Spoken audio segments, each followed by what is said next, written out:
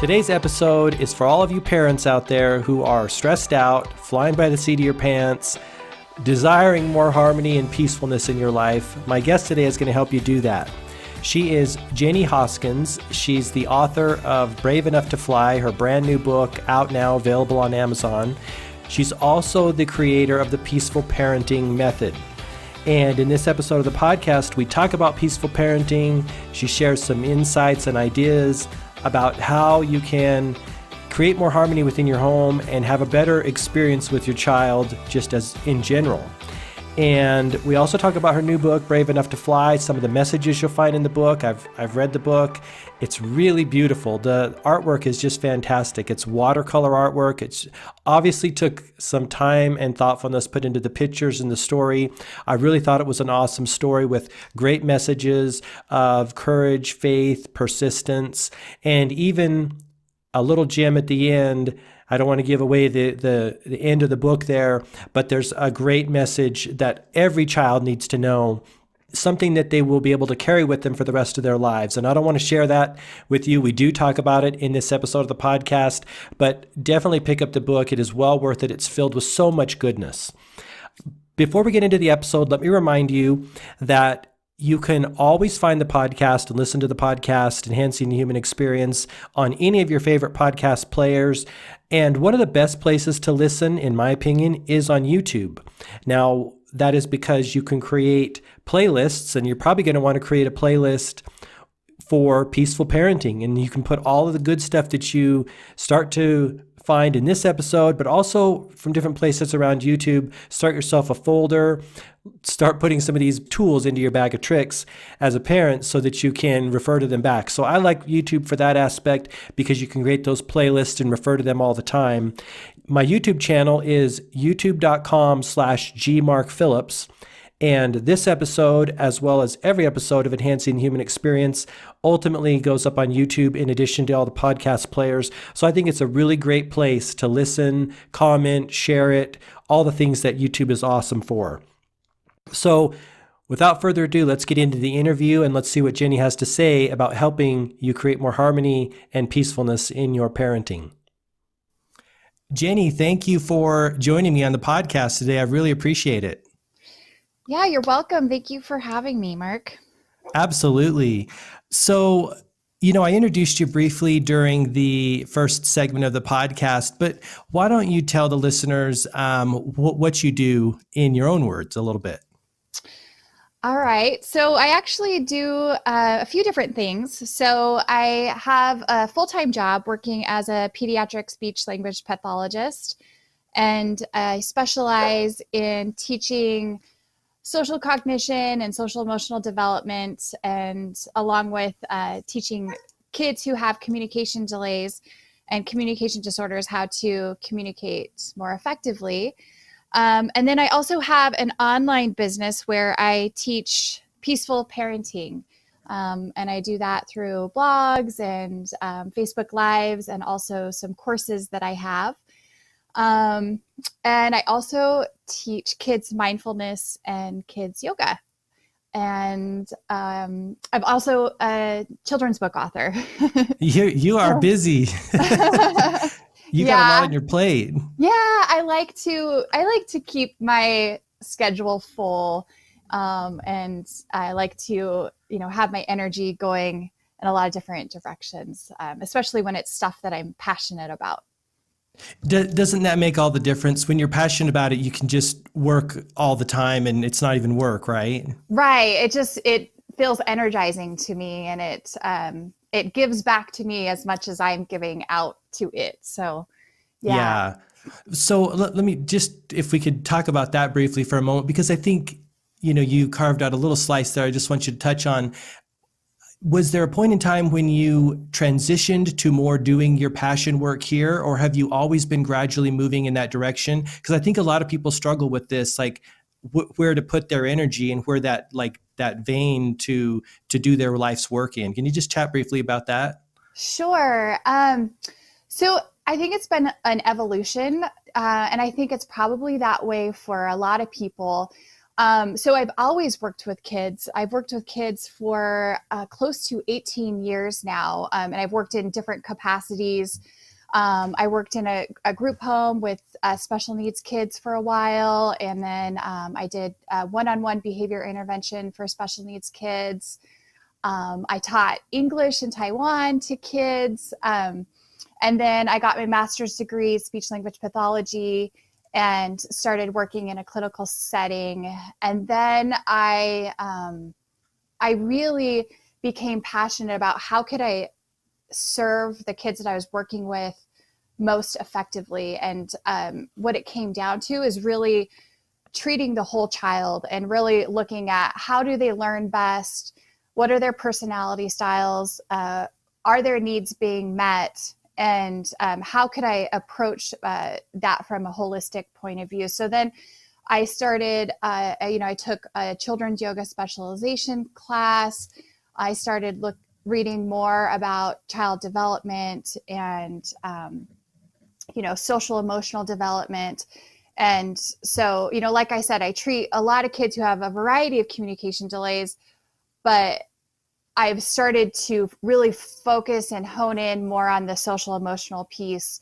And then I wrote my children's book that came out of kind of my own personal experience and my own personal growth, and just sharing that message of growth, and hoping that it would help kids too. Yeah, So. and I definitely want to dive into that book as well. I thought it was super awesome. The story, the message, the illustrations, it's really cool. Now, share with us, when will that book be available for purchase?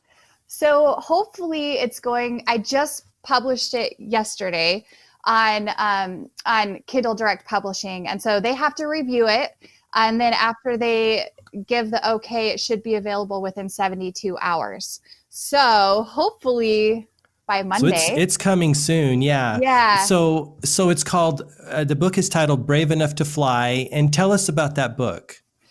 So Brave Enough to Fly is a story about a young girl named Annie, and her family is getting ready to move to another city. Her mom just got a promotion at work, and she's feeling a little bit apprehensive about this new change that's coming in her life. And in the story, she has a dream where she meets a butterfly named Ina, and Ina actually means grace. And so in the story, Ina tells Annie about her own experience with transformation, going from egg to caterpillar to cocoon to butterfly, and that all of the experiences that she had and the thoughts and feelings that she had and the resistance, but then she was able to use the values of curiosity, courage, perspective, and faith in order to move through each of those transitions with more grace and ease, and to be able to really learn from those transitions, and turn it into a learning experience for her in her life.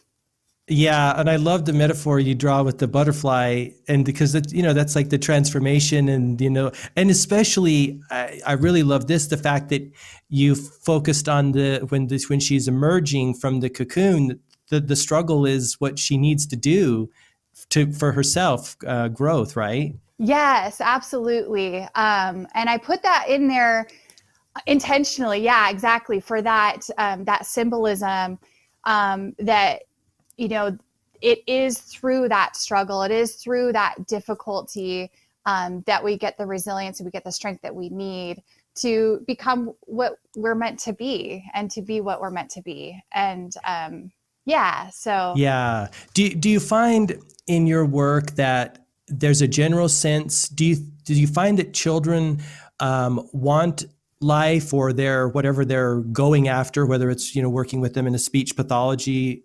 aspect or yoga, do you find that they want it to be easy? I mean, because I think there is this, like, we have like a culture of instant gratification and zero struggle, because we always see like the overnight success, or the quote unquote overnight success. What do you find in your work as far as that kind of ideology with the struggle?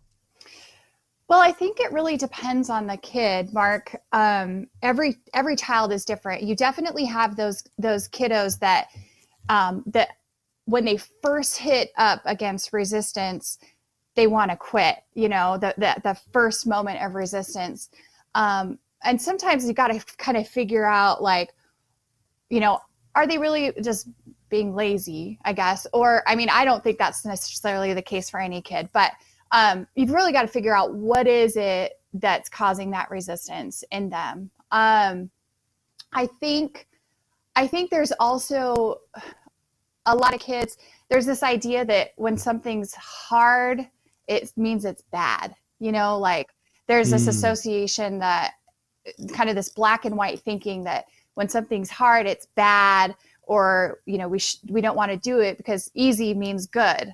And so I think it's good to teach kids that it's okay for something to be hard and difficult. And it's okay to not be able to do something perfectly the first time. And yeah, definitely teaching kids perseverance is, I think, really essential. I'm thinking about this kiddo that I worked with. She was about 4 years old at the time, and she was one who kind of gave up pretty easily.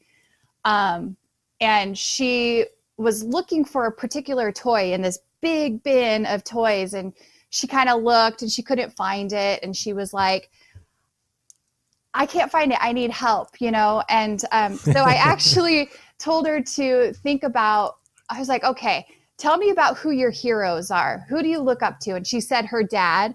And I said, okay, well, how would your dad look for your toy? And I want you to look for it just like your dad would do it.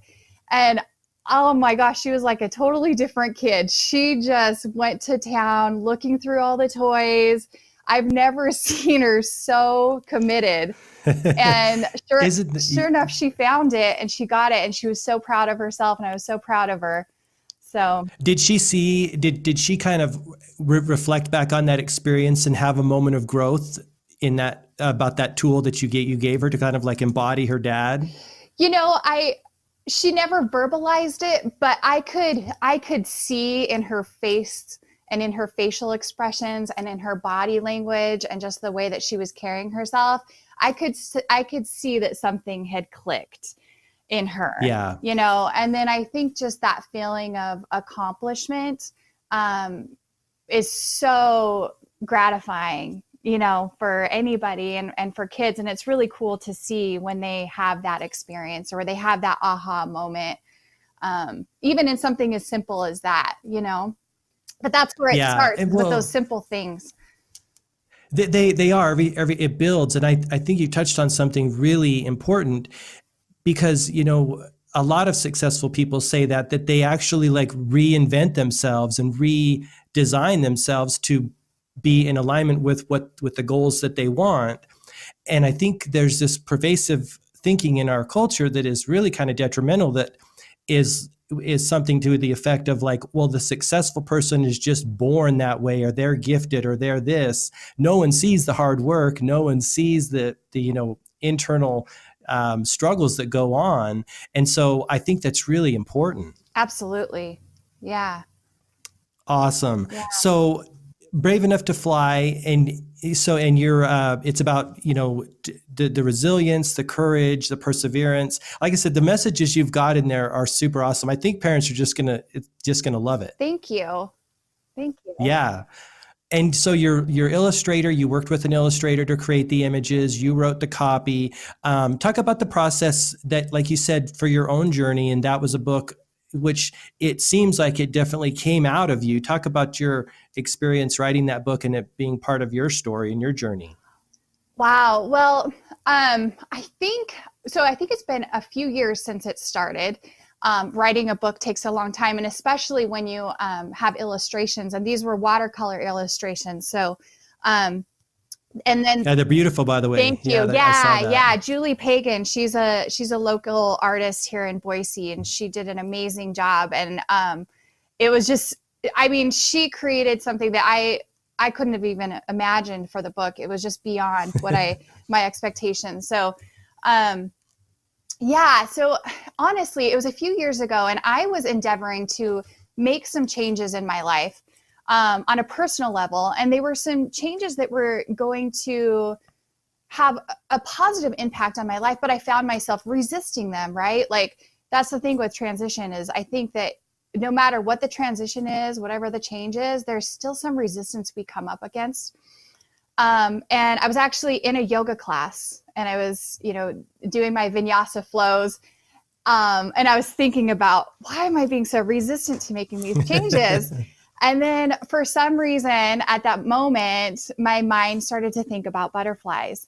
And I thought, in nature and, they don't, butterfly doesn't resist its transformation. It doesn't resist its growth from one stage to the next. And I wonder what it might be like if I could be more graceful and move through my life transitions as gracefully as a butterfly does, or any sort of thing in nature. And then the next day I was just talking to a friend of mine about my thoughts and feelings, and then as I'm talking to him, it just occurred to me that might be a really cool children's story.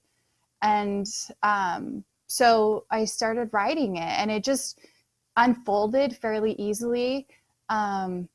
And yeah, the rest is history. I Wow. got connected with Julie and reached out to her, and was really nervous about it. And I can is imagine. she gonna Yeah. say It's yes? a big endeavor. Yeah, yeah. And she agreed to do the illustrations, and um, it's just been a really cool collaborative project, and it's really cool to see it finally come into fruition and actually hold a hard Absolutely. copy of it in my hand. So Do you have the hard copy proof, or is that coming down the road here pretty soon? yes, I got the hard copy proof in the mail because I wanted to make sure that everything looked okay before I published it. And it's Yeah. solid, it's good to go. So that was really exciting to finally get a proof, because I've gotten several proofs and there's been, just little kinks here and there to work out. And so this is the first proof that I got that's finally clean and looks how I want it to look. So it's Yeah, really yeah, yeah. exciting. Until you go through the process there, I don't think people know the little subtle things that need to happen. And like you said, there's time delays and time lags, and you want to rush it, but you don't want to, just put something out that's not awesome. Which your book looks totally amazing. Thank you. Thank you. Yeah, it's been a process, and I'm so fortunate and blessed to have a team of people helping me, because yeah, the design part of it, like you said, the little things, like there's little things like the bleed, on a page I didn't know about, Yeah. or the sizing of the images, and all these little things that um, go into making sure that it looks nice at the end of it. And that's graphic design is not my area of expertise, so I'm glad I have people to help me Right. do that. Well, and you're drawing on the strengths of those people who are pros in graphic design. You're pro in your arena, so I think when that comes together in the collaboration, you get an exceptional product at the end. Yeah. Yeah, it's that collaboration and that cooperation for sure. What size hardback are you going to be producing, So it's actually going to be a softback because or softback? Excuse me. Kindle Direct Publishing does not offer hardback option at this time that I know of. Right. It's about, I think it's 8.5 by 11. Okay, so it's big. Yeah. It's big. It's going to be nice and big. Well, and Yeah. it should be to present those pictures, those wonderful watercolors. Yeah. Yeah. Awesome. Okay, so and I will put links to that in the show notes on my website, gmarkphillips.com, linking back to the book when it comes available. Let's talk about your course.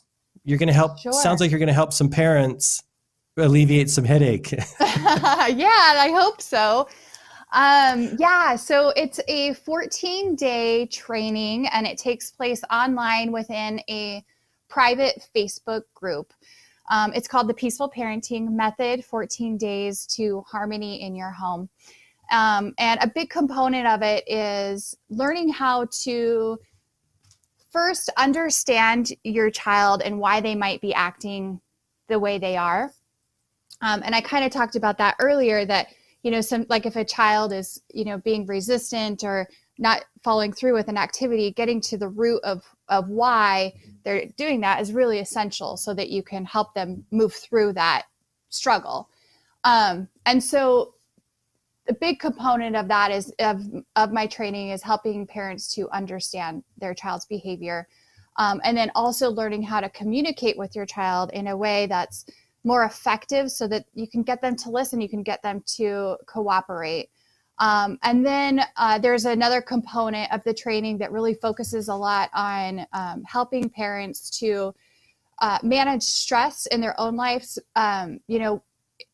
Parents and families are so busy these days. And I think it's essential to really simplify Yeah, I or see that. endeavor to simplify your life as much as possible. And to for parents to also make sure that they're engaging in self-care and they're taking care of their own needs and their own energy management so that they're able to respond to their kids rather than be kind of reactive, and so that they can actually use the tools that I'm giving them in those moments of stress. So Yeah. that's kind of the gist of the training. Yeah. Well, and I see that, and we talked about this when we talked a few weeks ago too.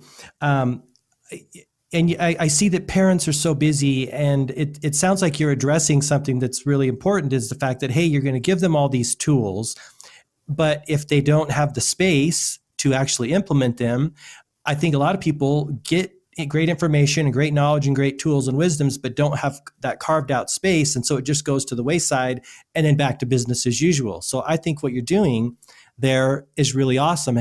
How did you decide or come up with that? I mean, obviously that's grew out of your own work up to this date, that, giving them, helping them simplify so they can put the tools in play.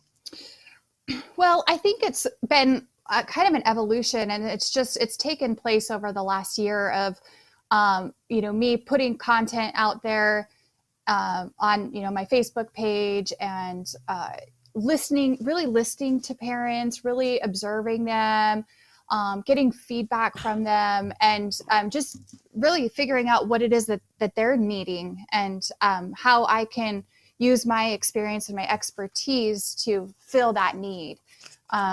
And so that's how Peaceful Parenting Method was created, was just really in an effort to fill a need that parents have.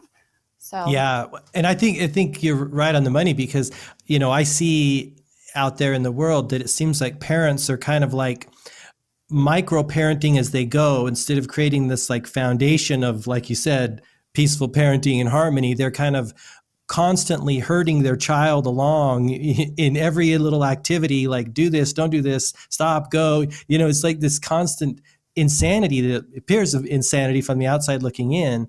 So you're kind of like breaking down that whole structure and saying, hey, don't stop doing this craziness, and giving them some fundamentals, it sounds like. yeah, well, and I know parents, they're doing the best they can, and Yeah.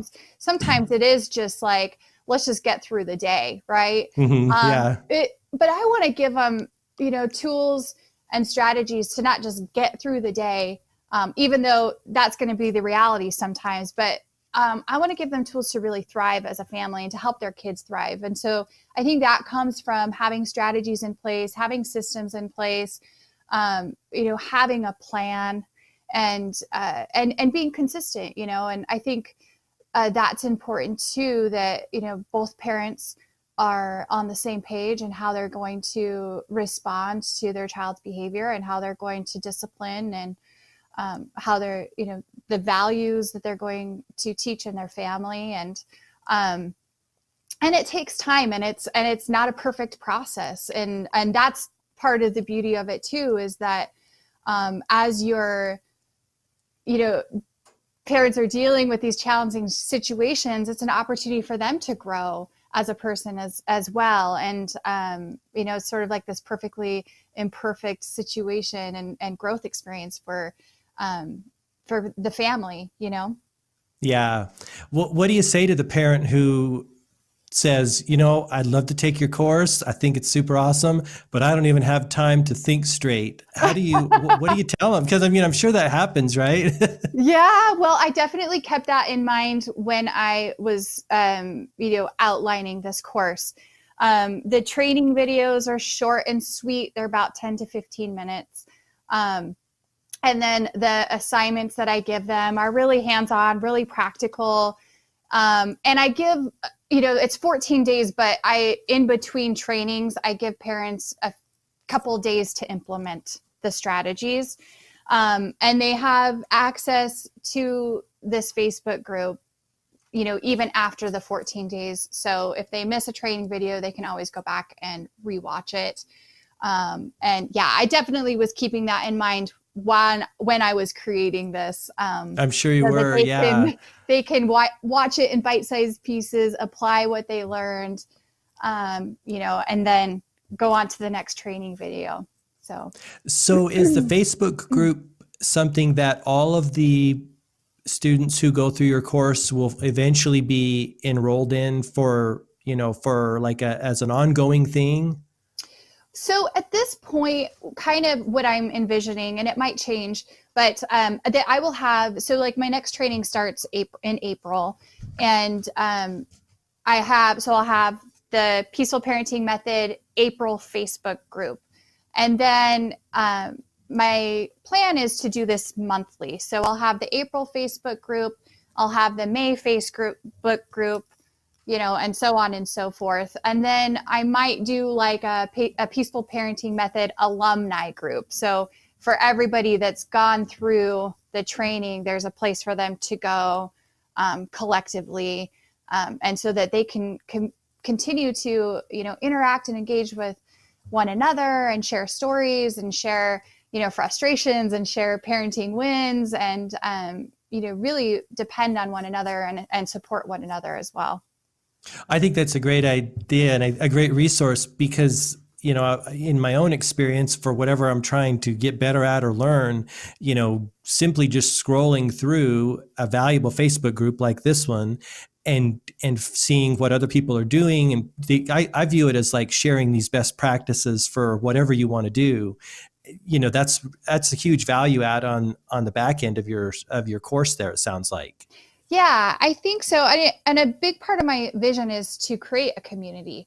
And so I think that, what such a blessing to have technology and to have the ability to do this, where people can congregate online and share and support, without having to worry about, distance and time. It's just a really accessible way for them to be able to do that. Yeah, well, and we're so fortunate to be living in the age that we are here, where we don't have to travel or go to another city, or someone from around the world can enroll in your course and have all that access and benefit. We're really fortunate. Absolutely, yeah. It's a really cool time to be living. It's so great, yeah, because there's just so many resources available, to improve our lives. So back to your work with the families and helping them create harmony, where do you find you're putting more, I guess, in effort and work on like the parent side or the kid side? I mean, where do you, I know you look at it holistically, but as far as like the logistics, do you find that you start with the parent and then work to the kid, or how do you approach that whole scenario there as far as to create that harmony? Well, I think it's so individual for each family. I think that, every family is unique, every child is unique, every, relationship is unique. And that's really how I view, parent and child is it's a relationship. And so there's the parent and there's all of their thoughts and feelings and beliefs and actions. And then there's the child and their thoughts and feelings and beliefs and actions.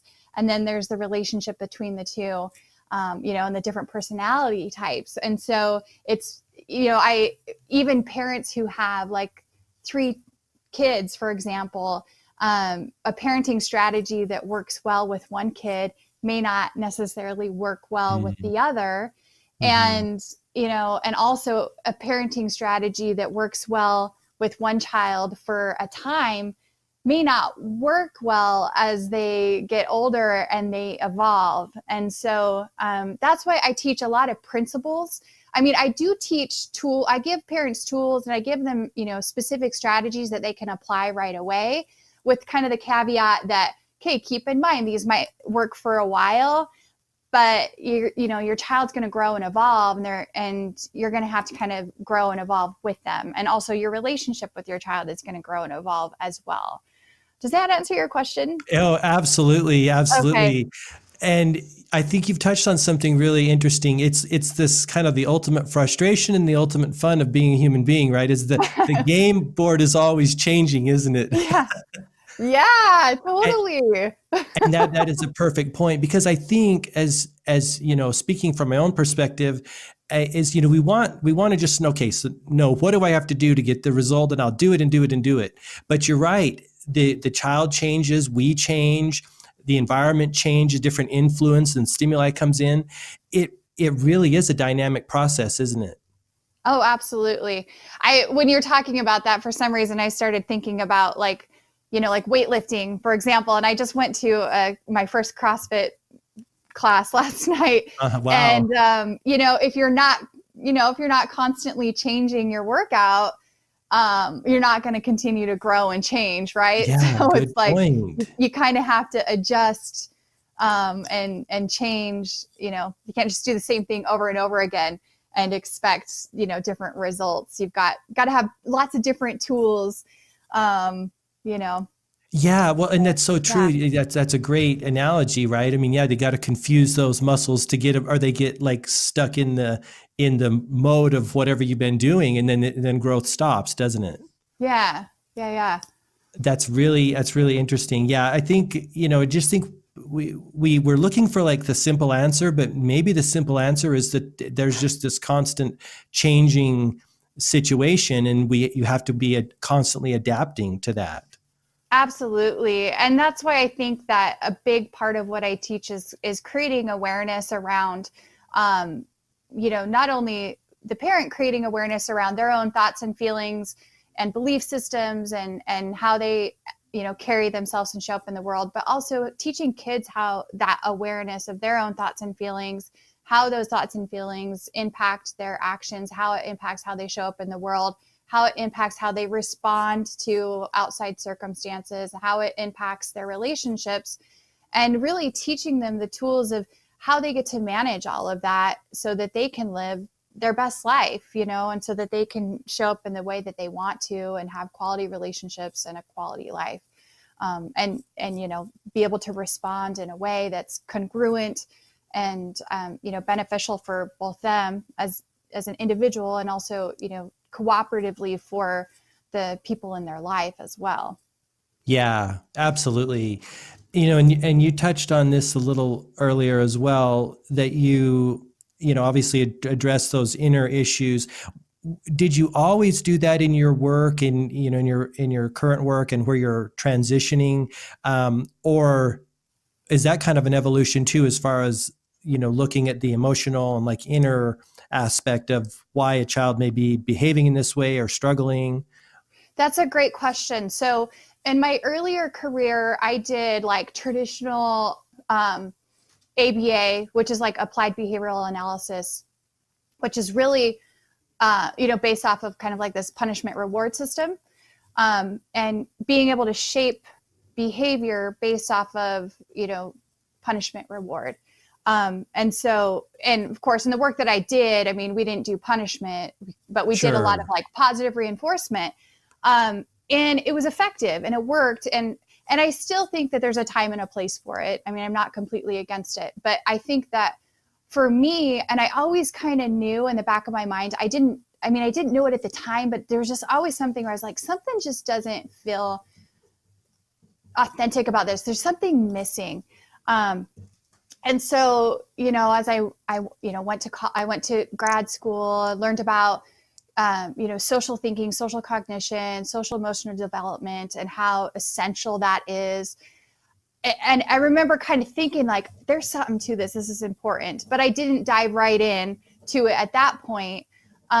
It's just really been in the last 2-3 years that I've really dove into that. And I think it just came from me starting to see um, how children show up to therapy sessions differently based off of like, are their needs being met, and what is actually happening, internally, and how that's impacting how they're showing up to therapy sessions. And so so now I look at it from more of like an inside out approach. So, what is happening internally, and how can we teach a child to develop their own internal guidance system? And how can we teach them to really figure out what's happening inside of them so that they can manage their own behavior rather than behaving a certain way because there's either a reward or punishment. Yeah. That being said, there are a lot of like intrinsic rewards to, doing certain things. And, we get paid for going to our job and stuff like that. However, it's just, I think it's important that we really teach kids how to develop those skills to navigate their own world based off of their own intrinsic, sense of altruism and values as well. So they're not constantly reliant on outside influences. Yeah, I really love that because it's more of like an inner, I guess, perspective or inner kind of from the inside out kind of thinking, as opposed to, because you're right, we do need the external stimulus, the paycheck, those kind of things and everything. But when you create and act from within, it seems to become much more like self-sustaining and just all around better. Right. Yeah. And it's also tapping into a child's like natural tendency towards altruism, and we all have it. That's what makes us human. We're social creatures. And so if there's too much focus and emphasis on teaching a child like, don't do this because if you do this you're going to get in trouble, then it actually becomes more serving, like kind of a selfish act, that they're going to act a certain way because they don't want to get in trouble, versus I'm going to act a certain way because it's the right thing to do, and because I want to connect with other human beings, and I want to form strong integrated bonds with others, and I want to do what's right. Does that make sense? Yeah, it does. It sounds like like a deeper reason than just, oh, I'm not going to get in trouble, or oh, I'm going to get a cookie or whatever. Yeah. Right. Yeah. I like that. And that being said, like I said, there's a time and a place. And, I use positive reinforcement sometimes with kiddos, like, all right, let's do, 10 trials working on this exercise. And then we'll do, we'll play with some bubbles, or, play a game or something. As long as it's just, that's not the default strategy, every time, that you're really, teaching kids the skills they need to self-regulate. And to have that sense of personal power in their life, in addition to getting through the day-to-day. Well, and you're right. I mean, we are human beings, and we have, it sounds like you use the full spectrum of, from, inner kind of motivation and drive, and up to, like having playtime, which we do need that too, don't we? Absolutely. Yeah. Yeah. How much has your yoga practice and your own spiritual and emotional, I guess, journey fed into your work? How's that affected that? Well, I first got certified as a yoga teacher, and when I went through the training, I kind of had in the back of my mind that maybe I'll teach this to kids, because I was already working with kids. And then I did start teaching it to kids, and I started to see how much of an impact it was making on them. And it was helping them. And then I think that's really when I started to think like, there's something to this mindfulness thing, and, really teaching kids how to, self-regulate, how to manage themselves, so that they can, be ready to learn when they're at school, or be ready to learn when they're, at a therapy session with me, or, be able to, uh, get along okay with their siblings and their family. Yeah. So I think in that way, just being able to observe that and see the change has made a difference and has, really solidified that the work that I'm doing is important. But I Yeah. Well, think, and it is holistic. It's like looking at the, the holistic child too, isn't it? yeah, absolutely. Mind, body, and spirit. Yeah. Kind of another example of, just like the body mind connection. I had a kiddo who was really having a hard time with focusing and paying attention. And she would kind of like slump in her seat, and she would, always be kind of like, she'd like fall on the floor and be like, all right, we need to, focus, pay attention. And then I got to talking to her mom a little bit, and I found out that she actually never crawled as a baby. She went right to walking. And for those people that don't know, so crawling actually is really essential for developing a lot of core stability and strength. And so I was like, I think the reason she's slumping in her chair so much and she's just like, falling to the ground, I think she's got poor core strength and stability. It was just kind of a hypothesis I had. And so I encouraged their mom to just do like little, yoga, yoga exercises with their little, that involved the core strengthening. And, it's kind of an anecdotal story, but I noticed a change. I noticed a change, almost immediately as they started incorporating that, and she was paying attention. And so I think that's why it's really important to look at the whole child and to really look at what's below the surface, because, she was, I think, only 4 at the time, but had she gotten older and gone to school, a teacher may have just thought she's just not paying attention. She's, and she may get in trouble for that, when really it's because she's spending so much time and energy thinking about keeping herself upright that she can't think about anything else that's going on. So.